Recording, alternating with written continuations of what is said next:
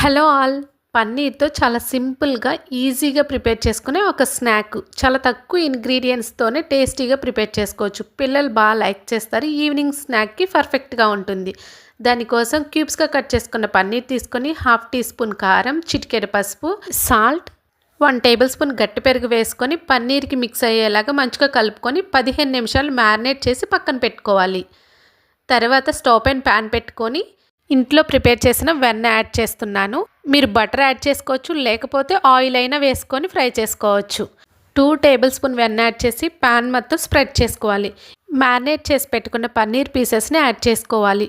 ఒకే ప్లేస్లో మొత్తం వేయకుండా ప్యాన్ మొత్తం ఒక్కొక్కటి స్ప్రెడ్ చేసుకొని 2 సైడ్స్ తిప్పుకుంటూ ఫ్రై చేసుకోవాలి. ఎక్కువసేపు ఫ్రై చేసినా పన్నీర్ గట్టిగా అయిపోతుంది.